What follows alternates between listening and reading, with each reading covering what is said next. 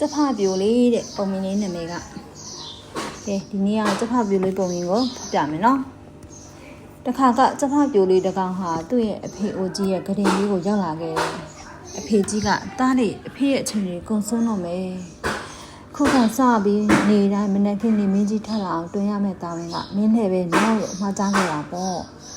จะพาบิวလေးကဝမ်းနေကြည့်ကိုစားနေသူ့ဖေနောက်ဆုံးထွက်သွားတာကိုကြည့်နေခဲ့ရတယ်နောက်တနေ့မနေ့ဆွဆုံမှာတော့จะพาบิวလေးဟာ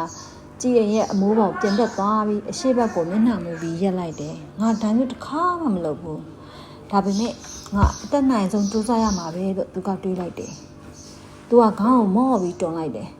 ဒါပေမဲ့အတန်ကတူတူလေးနဲ့အကွက်ကွဲတန်းပဲထွက်လာပါလေရောဒါနဲ့ပဲနေမင်းကြီးကထွက်မလာခဲ့ဘူးကန်းကဲမှာတိတ်နေဖုံးလန်းပြီးတနေ့ကိုမိုးဖွဲလေးရွာနေတော့တာပေါ့ဒါကိုမြင်တော့ခြံထဲကတရိတ်ဆန်တွေအကုန်လုံးจะพาบิวလေးစီရောက်လာကြတယ်ဒုက္ခပဲဟေးလို့ဝကြီးကအော်တယ်ငါတို့နေအောင်ကြည့်လို့ရတဲ့ဟာလို့သူကအော်ဟစ်ပြန်တယ်ကျမလေးမင်းဒီထက်အကျယ်ကြီးတွင်ရမယ်လေနေမင်းကြီးကမိုင်ပေါင်း63တန်းလောက်ဝေးတာကွာ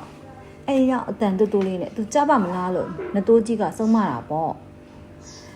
နောက်တနေ့မနေ့အစောကြီးမှာတော့ကျဖပြိုးလေးကကြည်အမိုးပေါ်တစ်ခါထက်တက်သွားပြန်တယ်သူကအသက်ကိုဝဝရှူခေါင်းကိုနောက်ပစ်လိုက်ပြီးတွန်လိုက်တော့မှကဘာပေါ်မှာကျဖတွေစတင်ပေါ်ပေါက်လာကြတဲ့ကအကျဉ်ဆုံးသောအတန်ကြီးထွက်လာပါတော့တယ်ခြံထဲကကလေးဆန်တွေအားလုံးလည်းလက်နိုးကုန်ကြတော့တာပေါ့ဝက်ကလည်းဘာတန်ကြီးလဲဟာလို့အော်တယ်ငါနားတွေအောင်ကုန်ပြီလို့သူကလည်းထပ်အော်တယ်အဲ့ချိန်မှာငါခေါင်းတွေကွဲတော့မယ်ဆိုပြီးနတိုးကြီးကညီးတွားပြီးထွက်လာရှာတယ်ကျဖပြိုလေးကတော့အားလုံးကိုအားနာပါတယ်ဗျာဒါပေမဲ့ကျွန်တော်အလုပ်ကိုကျွန်တော်လုပ်နေရပါလို့ပြန်ပြောလိုက်တယ်သူကဒီစကားကိုအလွန်ဂုဏ်ယူရလေတဲ့နဲ့ပြန်ပြောလိုက်တာပေါ့ဘာလို့လဲဆိုတော့အရှိဘက်ကတစ်ပင်တွေထက်မှာ